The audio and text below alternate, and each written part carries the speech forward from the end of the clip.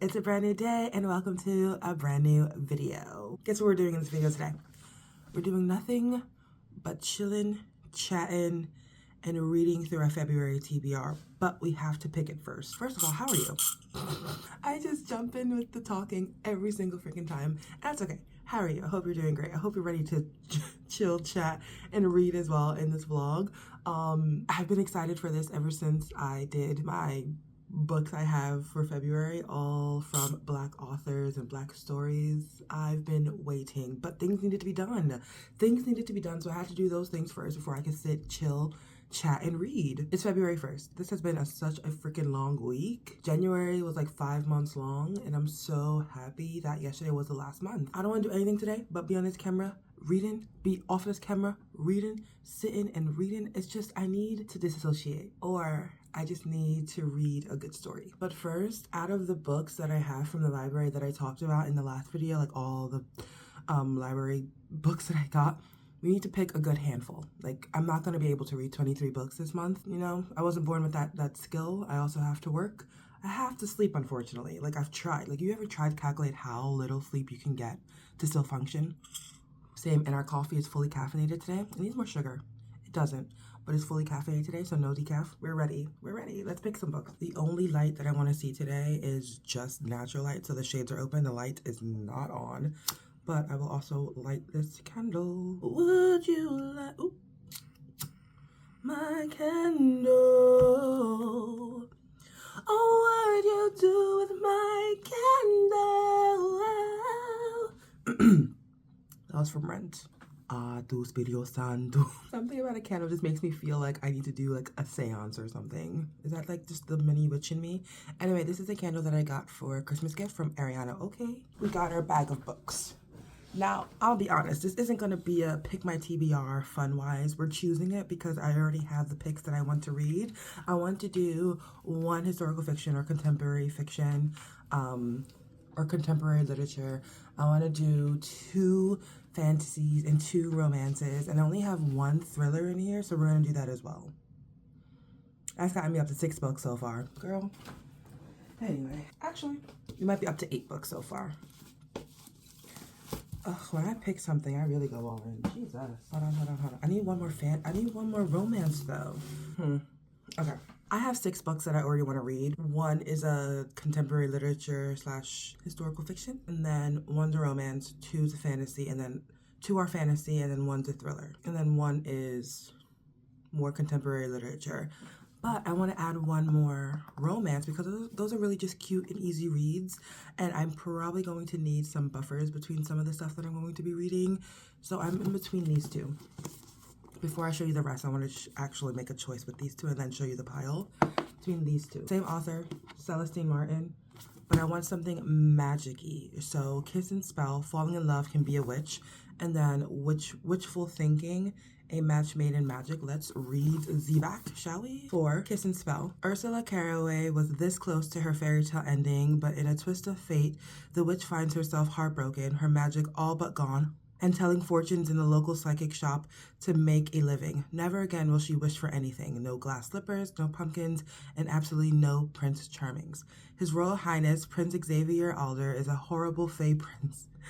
He'd rather tend to his gardens than schmooze at a ball, and he's never believed in fairy tale endings. So it's just his luck that he's been cursed by a fairy queen with a spell that can only be broken by a perfect kiss. With a little help from a fairy godmother, Xavier and Ursula have a meet-cute mix-up, and a budding friendship is born. Soon, Ursula suspects that she could be the one to break Xavier's spell and restore her reputation.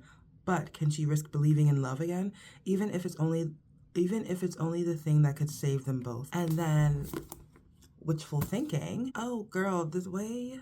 Oh, these are sisters? Interesting. It has to be sisters because they have the same last name. Also, I can't read because the sticker's on there. Lucinda Caraway, Love Lip. So you're my phone. My Goodreads is on there. So I can't read the Goodreads synopsis because you're there. But there's a sticker on this line over here that I can't get through.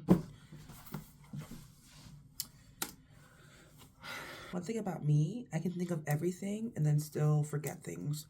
For an overthinker, sometimes we think of the most useful things, or useless things, I mean. Where's my super soup? Where is my super soup? You know I didn't want watchful, I wanted witchful. Lucinda Caraway, so they have the same last name, so I think this is like a sister series. I also picked this book because it has 333 pages. 333, you know what I mean? You know what I mean? Lucinda Caraway loves living in Freya Grove, the mystic seaside town where charms, hexes, and magical beings of all kinds are the norm. She spends her days teaching high school history and her nights reading tea leaves and tending to her conjure garden. It's a good life, but she can't stop wishing for more. Until one night that wish turns into a spell, and suddenly Lucy can't say no. Not to a public karaoke performance, not to running a 10K, and most alarmingly, not to her high school crush, Alexander Dwyer, who needs her help unjinxing his new house, which just happens to be right across the street from hers. Alex has spent the last 10 years traveling the world on adventures Lucy has only ever dreamed of, and he's planning to leave again as soon as his house is safe to sell. But until Lucy can unhex herself, she and Alex are stuck together, and with so much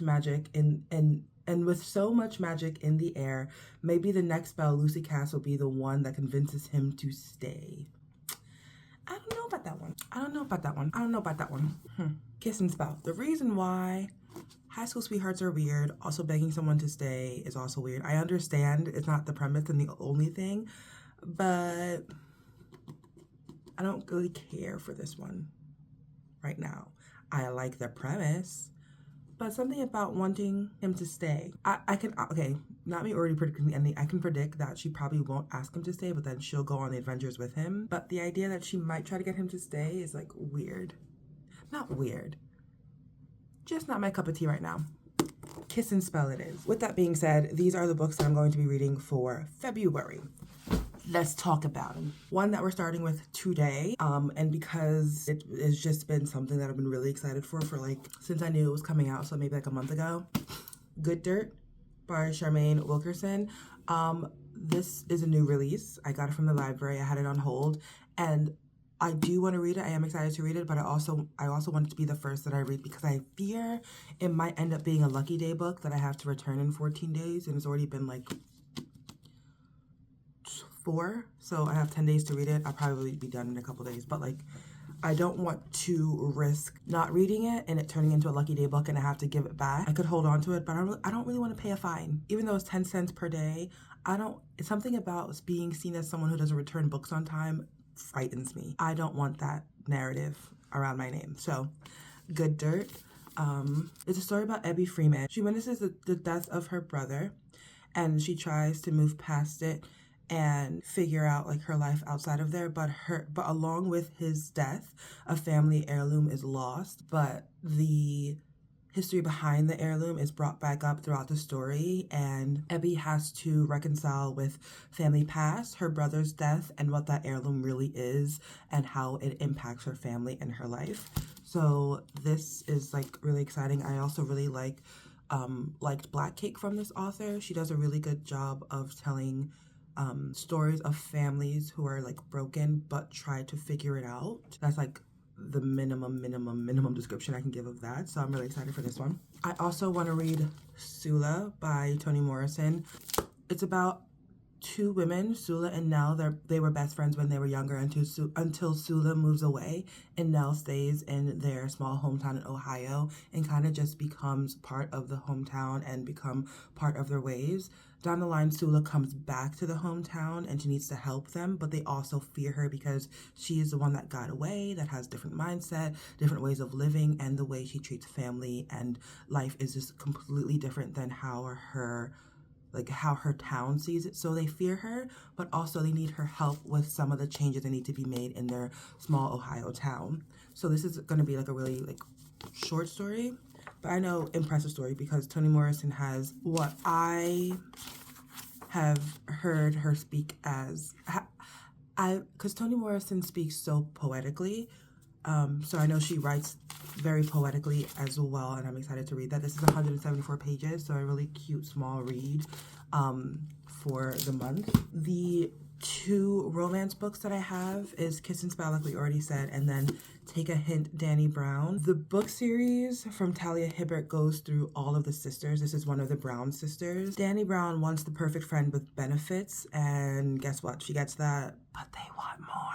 And then ... So it's just a cute, fun read. The two fantasy books that I want to get through is the duology of A River of Royal Blood and The Queen of Gilded Horns. This is a duology about two sisters battling it out for the throne.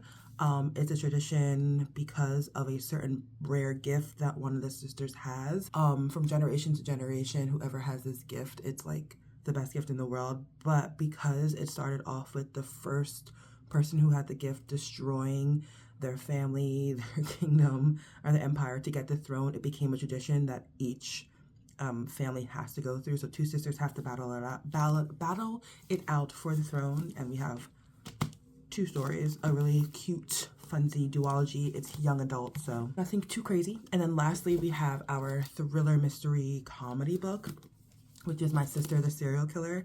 The main character's sister has killed 3 men, and after 3, it's, you know, seen as you're a serial killer, right? She helps her sister because she's just really good at cleaning it up. However, she has a crush on someone at work, and he ends up asking for her sister's number to ask her out. So now she has to reconcile with her sister being a serial killer, but also might be killing the man that she really loves. So that should be fun and exciting. We're starting off with this. So without further ado, let's sit down and read a really, really good book. If any of these books are on your TBR, let me know below. If you read them already, let me know down below. And let's just enjoy some good stories.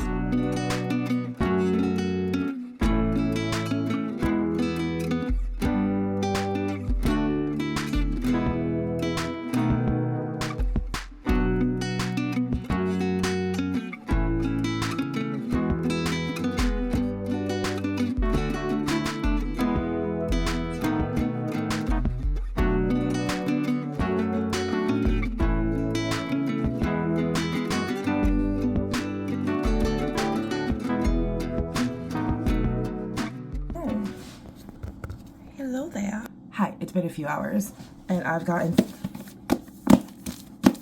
100 pages in. I am an incredibly slow reader and it pisses me off because imagine how many more books I can get through or how many stories I can get through. I am 100 pages in. And everybody and their damn daddy got a secret. And I feel like I know where it's going. I'm only 100 pages in, and it's not that like I'm going off of how Black Cake was set up that I'm like determining this, but like she's just a really good writer, and I guess she's giving it to us but not really giving it to us. There's a lot of things that I'm catching before she reveals it, and I'm just like, I know where you are. But altogether, so far in 100 pages, it's like really good. It's so good. It's so sad. It ebbs and flows between it ebbs and flows through emotions, but the bottom line of it is just like tiredness, sadness, the incessant need to persevere no matter what is going on by everybody in this story. There's so many characters being brought up in part 1 that I'm just like trying to keep everyone in here. It's so much, but the theme is consistent perseverance. I mean, just like there was one part in here that I should have. Hold on. I think it was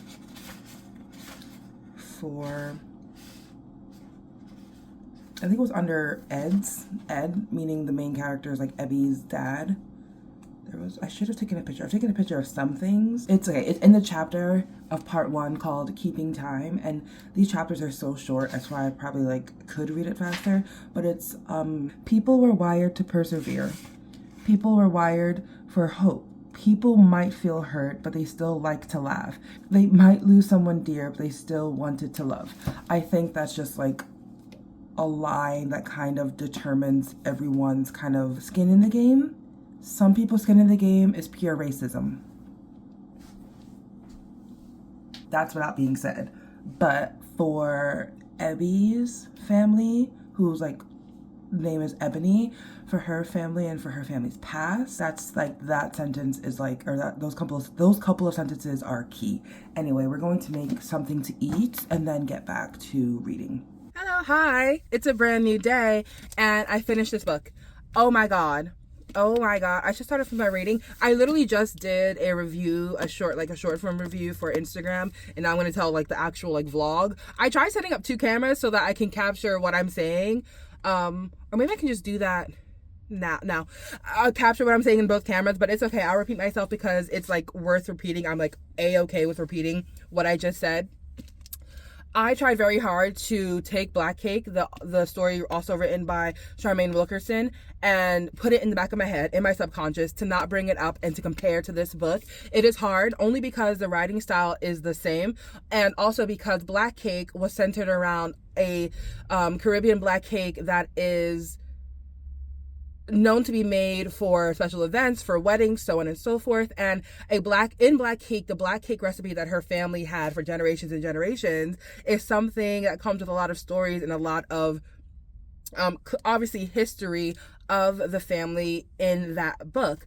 In this book, it's the object that this is centered around is a 20-gallon pottery jar that was made by a slave in South Carolina. We have our main character, Ebby. We have her brother, Baz. We have her mom, So, and we have her dad, Ed. And they inherited this jar from Ed's side of the family. And so from 1800 to 2021, we learn stories about the jar, where it's been, where it came from, the people who lived around it, who shared it, who took it from the place that it was created to a different life of freedom, or a freedom that they continuously had to fight for, how it helped people who were enslaved, how it helped send notes to enslaved people from freed people.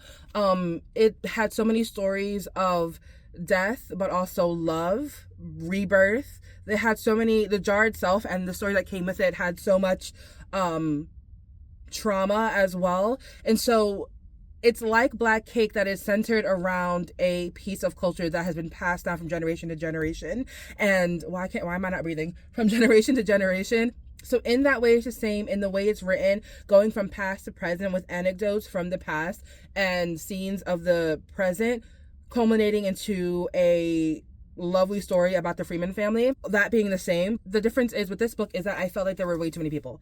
There are 2 questions. Now talking about it, I figured I've answered my own question. There was one part in the book where we have a woman named Elizabeth who became an MD, like a medical doctor, who became an MD, and like it was shown as this beautiful thing. And I was trying to figure out why that came to play.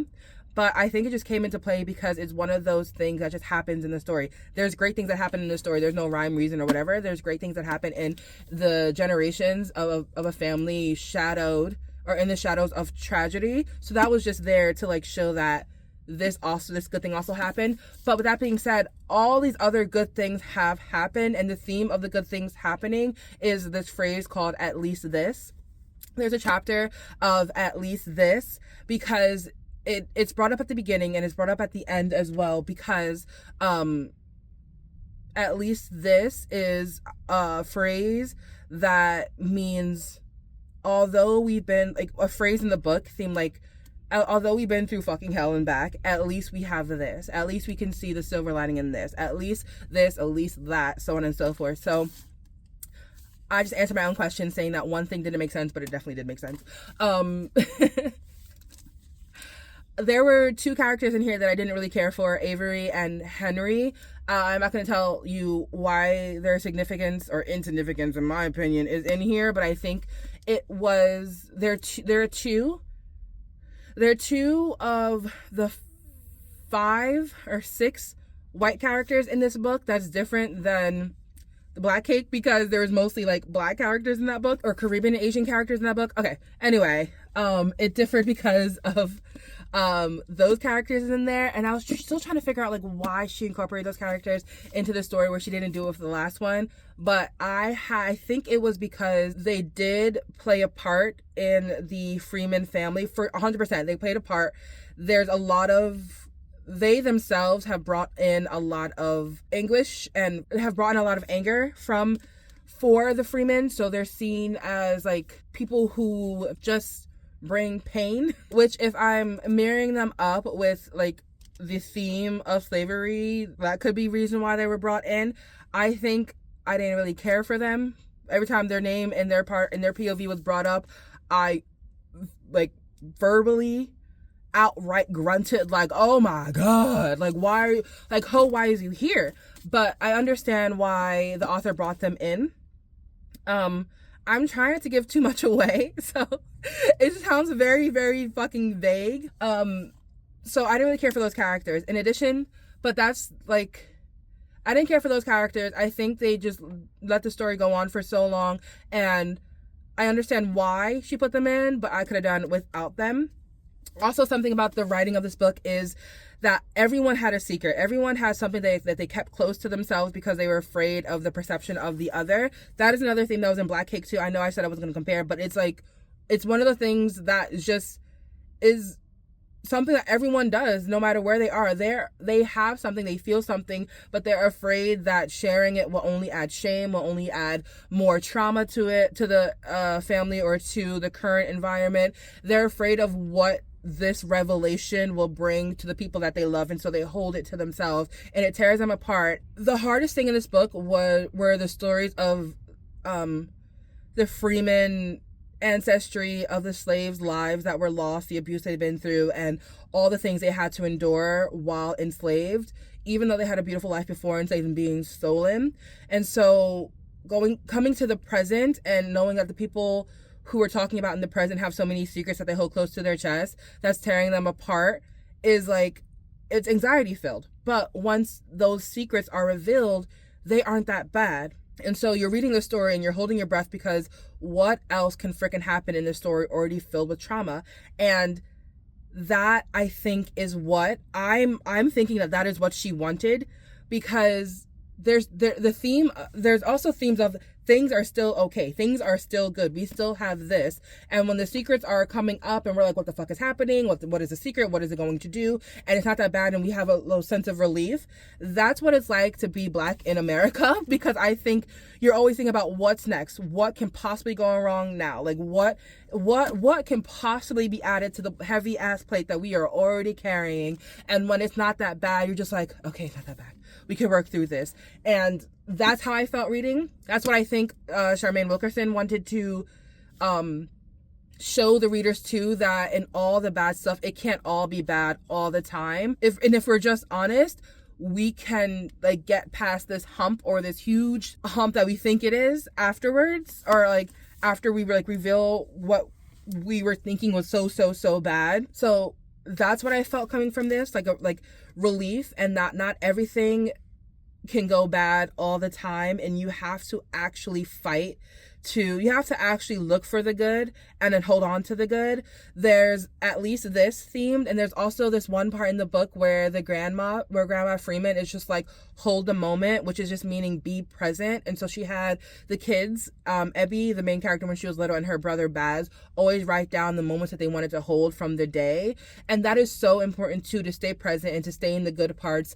The bad parts will always be there. You can always lull and look back on the bad parts whenever you deem fit, but to like genuinely really try hard to look for the good and hold that good in your heart and in your mind helps you move forward. There's so many quotes from this book, and I posted it on my Instagram, but I'm gonna read a few of them now that I took from the book, and then we're gonna move on.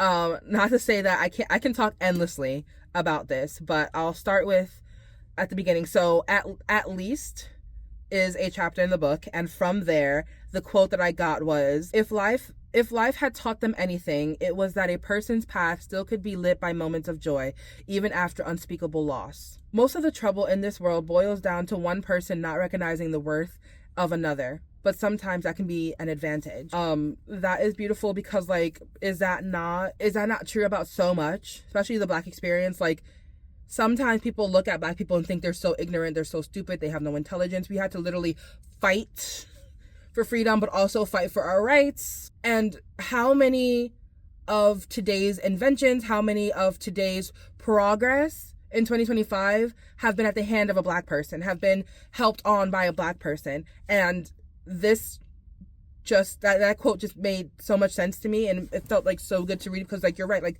not a lot of people value people of Black or people of color because they think that we're less than or something like that, but that can be to our advantage. But also, it's their loss, too, for not seeing the value of something or someone in front of them. The third quote that I have is, "We cannot undo the worst days of our past, but we can always look to better days. A man might have fear, but he lives all the same." Fear will always be there. It will always be there. There is no such thing as being fearless. It's just being brave. And that's what you need. You need bravery consistently to continue on in a life that's been difficult. You need bravery to continue on after something devastating has happened. You need bravery to look for something better. It takes bravery to look for something better. I'm not saying you're weak or weak-minded if you let something consume you and make you feel depressed. That is human of you. But bravery comes in those moments when you're trying to see beyond that. And so, a man might have fear, but he lives all the same is so cool. This one I really love. "To tell your story was to experience a kind of freedom," which are what the Freeman family and their ancestors did. They always told their story, because in not telling your story, people think they can just hide their cruelty, or they can just like hide the secret of their darkness. But when you tell your story, you don't give that person or that thing the power to keep you quiet. Also in this book, words, speaking them and not speaking them, shows power. And that's another theme that like we see over and over again. Whether it be in the past or in the present, words matter. Speaking them matters. Not speaking them also matters, and that is okay too. So to tell your story was to experience a kind of freedom. And then I think we have one more. Maybe all you can do is give yourself permission to embrace the rest of your life, to play, to love, to risk, to take the beauty that someone brought into your life and share it. That's just a really nice one. Really no deep anecdote there. It's just what it is. And then the last one, history too often has been told from only certain perspectives. This is not good enough. History is a collective phenomenon.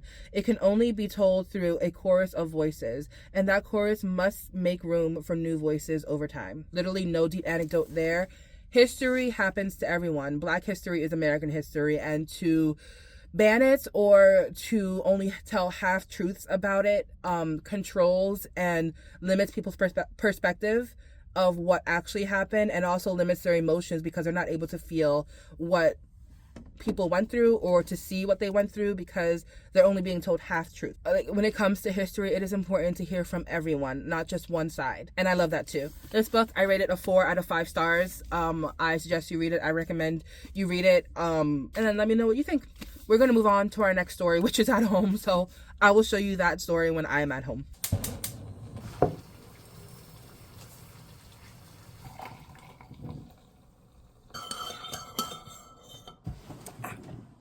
Morning.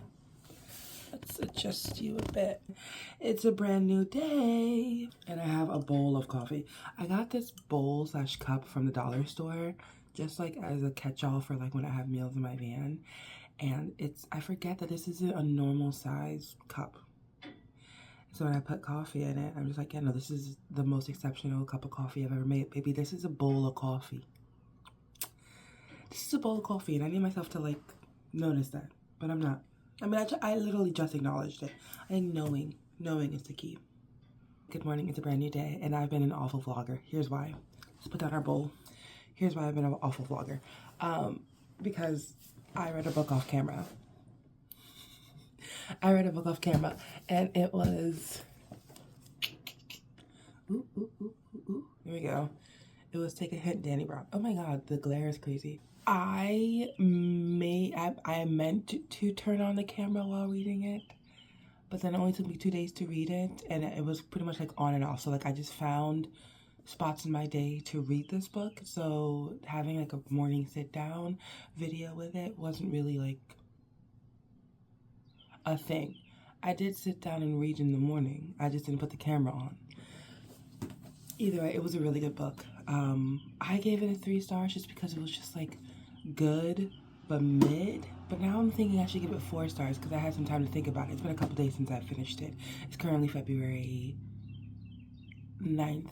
It's currently February 9th. And I read it and it was good. I don't like, okay, again with the premise. Dani Brown is one of 3 sisters, so there's 3 books with each sister. This is Dani's book. She's a bisexual woman who doesn't believe in love or wants relationships. All she wants to do is hookups, but she's also a very witchy woman. We open the book by her doing like a witchy ceremony for her to call in the love of her life. And the way the ritual goes unravels how the book goes. And I think that was just really nice. It gave me like a little bit of magic, which was nice. Dani's also a very spiritual person, so she like had crystals on her. And then when it came to like her person that she was like dealing with or hooking up with, she ended up giving them like their own crystal and a like protection thingy to help them sleep. And that was like so cute, like very much witchy girl stuff. Like very much loved it, very much. The other person, Zafir, not the perfect person. They never are, but I loved him as a person. He was perfect the way he was.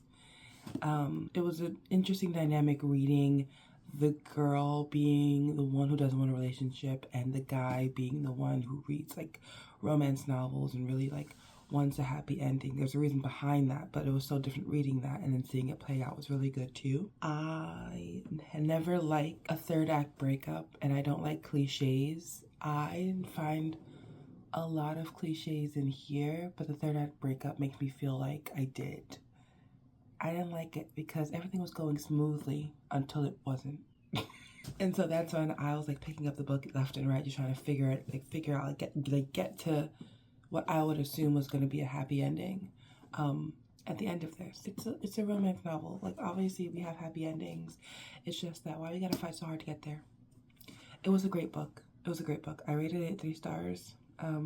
And I also didn't know, like, how, like, smutty and honest everyone would be.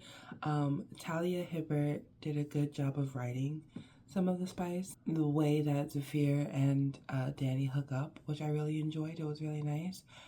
But I think the crassness of Dani and their straightforwardness of it all made me a little uneasy. And the reason why is understandable.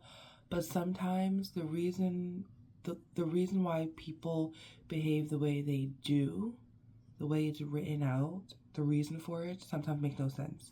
And this right here made no sense.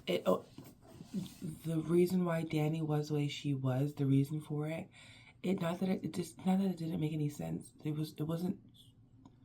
wasn't strong. That's a lie. It didn't feel strong enough to be the actual like driver of her behavior. So maybe I just needed a little bit more detail on her backstory. I wanted a lot more backstory. I wanted a lot more witchery once I saw that was there. I wanted a little bit more detail of her backstory as to why she behaved that way. But I guess when a person has a certain behavior, you can only do so much to explain why. You can only do so much to unravel, like, to tell the audience like why it felt so tough. The lines that Zafir had were beautiful. It was a good balance of talking about mental health, spice, witchery, and like love. Like it was so great. So, and some of the lines were super, super funny. Okay, so one thing, so it had, when it came to like the small bits of magic, it had the element of that we learned magic from our ancestors. And so they had a little bit of that in it. I wonder if it's a little bit more in each book, so which makes it curious to read all the other sisters' books. This is the second one. So I already kind of know what happened in the first book. At least I don't think so. I don't think I know enough of what happened in the first book, but I'm gonna read the first and the third book just to see like if all sisters are like little witchy and they get like that witchiness that they learn that from their grandmas or aunts or whatever. Because in here, it said, one of the quotes was, "There's power and knowledge passed between generations, whether it's by those books of yours or by an elder's mouth." And so like we talk about how Dani learned some stuff magic wise after. Learn some stuff, or try to learn some stuff from her background, which is really nice, but that quote itself is always nice. Anything generational is always going to hit me because it makes sense. I'm always a big one in telling stories and sharing it with the masses and your family to help them better. So that kind of quote is always going to get me. That's like the witchy part of it. Another one was Zafir had really bad anxiety, but he also was just like a man. And it was like really, it was just like, he was such a good balance of like protect her energy, very, very much like take care of her, protect her, make sure she's all right energy, with like a soft puppy energy, with like the intense horniness of a teenage boy. And because all of that was like quote unquote well balanced, one of the quotes in here when he was like going through it mentally but also really, really, really wanting Danny was this. Nope, he muttered under his breath, what we're not going to do is swing straight from horny to depressed. That was just a funny ass line. Like I cackled out loud with it. Like it was so great. Yeah, so like those two things alone I think define the book really a little bit. But like, it was good. I was waiting for you to be great. I'm kidding. I'm literally kidding. It just didn't blow my mind like all the other romances that I did, but it was so cute when I was reading it. Very much in the middle, very much good, so good. Take a hint, Danny Brown. Now, what I will be reading on camera and being active going forward is A River of Blood and Bone. I am ready for a fantasy. I'm ready for this duology. I'm ready for sister rivalry. I'm ready for some magic. I'm ready for some black magic. I'm ready for a very, very, very, very, very good time. And this is gonna give it to me. So without further ado, I'm gonna drink my bowl of coffee and read. We got a map, y'all. We have a map. It's not necessarily light out yet. I'm gonna get my geriatric light on my neck.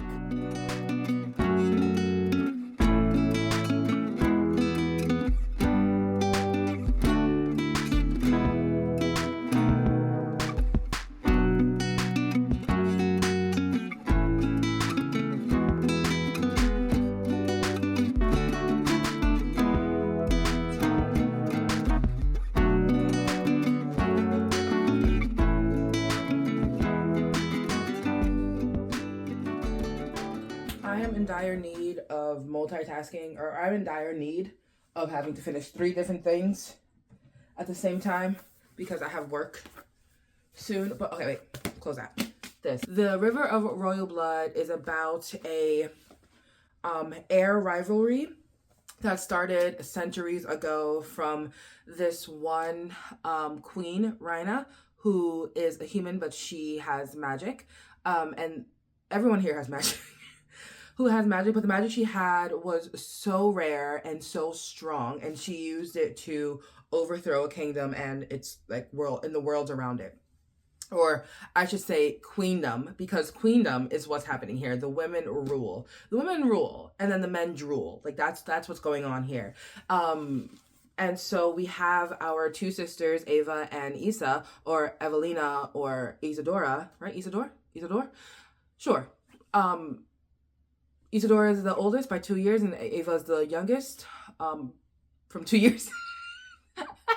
But Ava is the first in their bloodline to have magic, to have the magic that Rhaena had all these centuries ago, and everyone is deathly afraid of her. The only thing is she cannot control it, nor can she actually bring it to the surface, so she's enlisting help. So we go through the journey of her trying to make her magic work. Because centuries ago, when Rhaena had that power of blood and marrow, that's the name of the power, she used it again to overthrow a queendom, kill the queen, and her sister. Rhaena killed the queen at the time and her own sister. That somehow started a little routine, a little ritual, a little way of life for the people in their queendom. What's a tradition if not the worst thing that could have happened to a people that they make happen over and over and over and over again in the name of familiarity? So anyway, we have that going on in here, and it's really good. It's like my only like 3rd fantasy or 2nd fantasy if you count some of the fantasy that I've read or not read, and it's YA, so like not a lot happening when it comes to like spice, which I'm fine with, but I need people to know that the fantasy here is like fantasy and some cutesiness. but it's dramatic as well, like, but dramatic in a good way. Like every like other chapter, I'm just like, what? The secrets people keep, the things that keep unraveling, the deaths that keep unraveling. I'm just like, excuse me, I can't keep up. And it's only 350-ish pages. I'm on page. I read quite a bit. Also, don't let this same morning outfit fool you. It's been a full day. So this is another day. It's a brand new day. I didn't start that. It's a brand new day. I stopped at page 256. So I have about 100 more pages to go. And this is like really good. Like this is like really good. I think maybe it's the twists and turns that just aren't coming to me. Like what I'm thinking would be the twist is not the twist. Usually the twist really is death. Is that not what all fantasy is about? The twist, the surprise is like death of like people who are dying. But this is really good so far. Literally almost done with it. Hopefully I can either finish it tonight or tomorrow morning. It's Monday, so I will allow myself to read in the mornings and at nights on Mondays. Whereas usually on any other day, I have work, and when I have work the next day, I'll try to just read in the morning and try to come home from work and sleep and have a routine and be healthy. But that's really good. What I wanted to bring up though is like something that I completely forgot. I want to bring back up Take a Hint, Danny Brown, because I was thinking about it all yesterday when I like did like my review or whatever. I didn't really say the premise of the thingy. Like Danny and Zafir, they by way of a work fire drill gone wrong turned into a relationship online, and they had to fake date for the benefit of Zafir's association that he's in, or the his business, or his business to help young men with their emotions, basically. And I kept thinking about it throughout the entire day, because I was like thinking about my review about it, and like I said all these good things, but I rated it a 3, and then like I'm really thinking I'm rating it a 4. Because here's the thing, and here's what I forgot. Remember when I was like reading the quotes, and I was like, I think those are all the quotes that I got. That wasn't all the quotes that I had. I forgot this one that I took a picture of, and I'm gonna read it for you now. Duh. So maybe that's it. Maybe you don't think someone who looks at you the way I do should care about every part of you. Maybe before you stumbled across people who only wanted bits and pieces of you, never the whole package, never enough. And that kind of thing, what he said to Danny in that time, is kind of like who he is as a person. He did not, he made it known he is physically attracted to her. He likes the way she looks. He is physically attracted to the way she looks, her body, how she presents herself, but he also likes the pieces of her that she doesn't think anyone else would love, like the fact that she is really into gender and race and how it plays a part in misogyny or misogynoir. In the book, that's her topic. That's where she went for undergrad. She got her PhD. She did all this for that topic. And she talks about it often. And throughout the book, he would like bring it up and ask her questions about it, ask her questions about the panel that she's on at, and then bring up things that she brought up when it comes to the papers that she published on it. He read the papers that she published on it.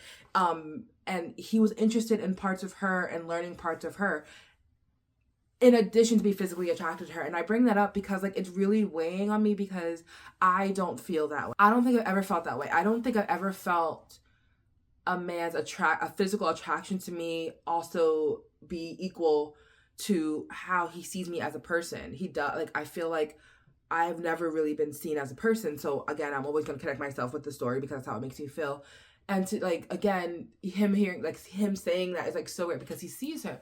And so I was thinking about that, and I'm just like, no, that was really good. And the way Zafir was written was like really good. And I think what's weighing on me is the third act breakup and some of Danny's hesitations with falling in love. It felt dramatic. And so maybe that's why I'm hanging up on it. But at the same time, it was a cute, lovely romance story. The writing was good, the spice was good, the banter was good, the love was good, the outside of intimate relationships, outside of their relationship, Danny's sisters and Danny's best friend, like that was good. Also seeing how Zafir interacts with his best friend Jamal, or his sister-in-law, or his niece, like it was all good. I think I'm letting a plot twist hold me up, and that's fair. That's pretty fair, I think. But the book was good. It was good. Or maybe it's just that one portion that I just read that was so good that's holding on to me, like my little takeaway from the book. I don't know, but I'm rethinking my ranking. If not 4 stars, maybe 3.5. Which, what am I? A fucking critic? The stars only represent my feelings. It has, and I don't think there's no reason for me to feel like smug about it. You know what I'm saying? Because I just don't know. But I do feel smug when I'm talking about ratings. Like, I would rate this. Like, who am I? I'm still gonna rate it though, but I can feel the hesitation in while I'm rating it. Y'all, it's good. It's good. So hopefully I can finish. We'll see. But I also have to write a review, or I want to. I'm going to write a review on that book, and I'm writing a review on Good Dirt. If I finish this tomorrow, I'll try my hardest to write the review on it right tomorrow and not wait like a few days. But so far, so good. So far, it's so good. Now we are just uploading a video about my van build. Hello, hi, it's a brand new day and we're ending the vlog. Can I just tell you, I don't think vlogging me reading is ever entertaining, and so because of that I've done nary that. Like, okay, there was some bits, but like it's just me reading. There was no reactions to what I was reading, but you saw that I was reading. It was proof that I was reading anyway. Anyway, I did not film me reading any of this. I started it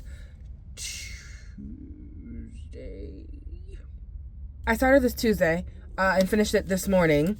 It was good. I'm rating the entire duology a 3-star because it was, so this is like my first YA fantasy, my first like YA kind of anything, I think. Unless, no, I think Powerless counts as YA fantasy.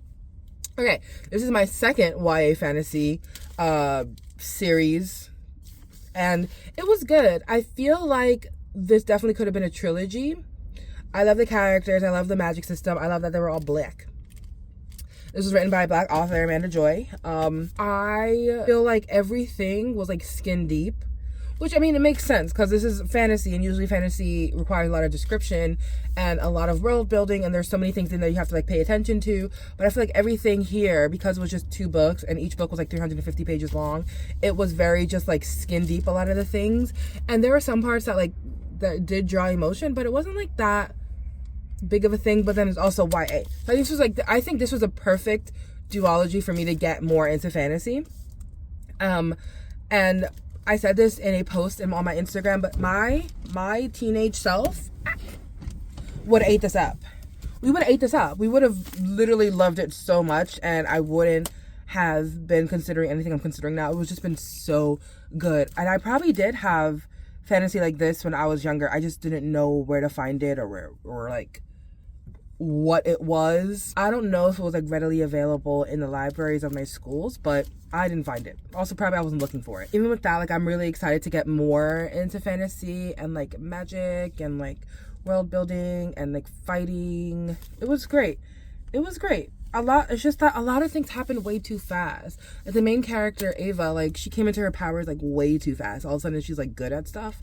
Like, I saw Instagram reels on like my Bookstagram, and it was like, oh, when the main character tries her magic once and all of a sudden she's really good at it, or goes to fight once and all of a sudden she's really good at it. Like, that's what it felt like here. Like, there was no room to build and the struggle of figuring out how to use her power. It was just that she tried once and she was good. So that sucks.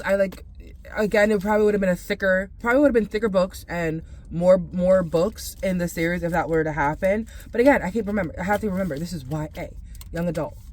Anyway, but I think other young adults are like more descriptive. Anyway, this was good. 3 stars. I really loved it. Ate it up. It's just, there's some things that just went by so quickly that I wish I still had like time to like be in. The petite romances were nice. The sister rivalry was nice. It could have been more. Definitely could have been more. I keep saying that. Anyway, obviously it's good. I wish there was more, but it was still good. 3 stars for this entire duology. And with that, I finished. One second, I need to get my other 2 books. Oh no, my job. They're in the back. So I also finished Take a Hint, Danny Brown, and Good Dirt. And with that, I'm not finished my TBR, but I'm finished with this video because I just simply can't fathom editing all of this into one video. It'll be another 2-hour video, and we want to limit that For me anyway. Sorry if you like it. But yeah, I read one historical fiction, one contemporary / historical fiction, one duology of fantasy, and then a romance novel, and it's so good. The other 3 books in the stack that I mentioned at the beginning of the video, I'll be reading in another video. And so we have 8 more days in the month, and I want to see how many books I can finish, just because I'm so excited for all the books that I have, and I want to read them all as quickly as possible. And no matter what, they still stay with me, so I can read them and just think back on them. So we're returning all those to the library today because we're done and we don't want to hold on to them any longer. But also getting returned to the library that I did not read is the Parable of the Sower and the Pumpkin Spice Cafe. The reason why I'm returning this is because I had it on hold for a long time, and then it became available, but during this month where I'm not reading anything like this, and the return date came about, and I can't renew it, so I have to give it back. I'm not gonna hold on to it. Also, I'm not gonna read it right now. I'll read it back in the fall. I can always grab this back. It's a library. It'll always be there. This is due back today. This was another one that wasn't renewed because I guess there's a lot of holes on it, which makes sense. It's a sci-fi book that Octavia E. Butler wrote in early 2000. She wrote this in 1993, and it takes place in 2024, 2025, and 2027. And people have been loving it because it definitely mirrors what we're doing now. And so I really, really, really wanted to read it like right now. However, it's due back today, and I was going to just keep it and be the person who returns books late, but also it's damaged. Okay, so here comes the pompous feeling, this uppity feeling that I have, because like I started to read it as soon as I put down the Amanda Joy duology. I picked this up to start reading it, but it's so messed up and the pages are so torn apart, and like I don't like holding it. Like, look at that. I understand it's unfair because it's not the book's fault at all. Feeling like it's gonna fall apart in my hand while reading it is like so uncomfortable and scary. I read a couple pages right after I put down the Crown of Gilded Horns, or the Throne of Gilded Horns. After I put down A Queen of Gilded Horn, I started reading it and I liked it. It's just I don't like the feel of it. And since it's due back today, I'm not going to force myself to read it and be unhappy the entire time. So with that being said, I'm going to stick to my TBR that I said, because this was going to be just a random one I throw in there. So those are all getting returned today, and I'm going to just buy a copy of my own so I can notate it. I think it would be a really good book to notate. And it's only $13 on Amazon, so I'm going to go pick it up. I just can't. And I understand, like, it's not the book's fault, right? It's rude of me. But we both have to be enjoying this experience, and I'm not enjoying this experience. You're being torn apart. I'm holding you while you're being torn apart. It's not going to be a good experience. So I'm going to return it. And I think this book, like the Pumpkin Spice Latte, is a day late, so I think I owe 10 cents or 20 cents. We'll see. I have 8 more days of the month, and I've read 4 books, which is where I stopped last month, only reading 4 books and then taking the last week of the month to just chill. I have 3 more books that I stated that I want to read, and I just feel like if I don't read them, I'll feel bad. So I'm just going to read them. I'm going to see if I can read them in the next 7 days. 3 books in 7 days. That should be fun. Oh no, 4 books. So I opted to receive an ARC, and I got it, but I got it as an ebook, which pissed me off. But because I got it and I was determined to read it and like get the idea that I can receive ARCs and read them and review them in a timely fashion, I'm gonna get that ball going. I'm gonna get that reputation going. I want to get that reputation going. So I have the ARC. I downloaded it, or I sent it to where it needs to be downloaded on Kindle. I have an Amazon Fire tablet. I've had it for years. Does it still work? I think so. I just have to charge it.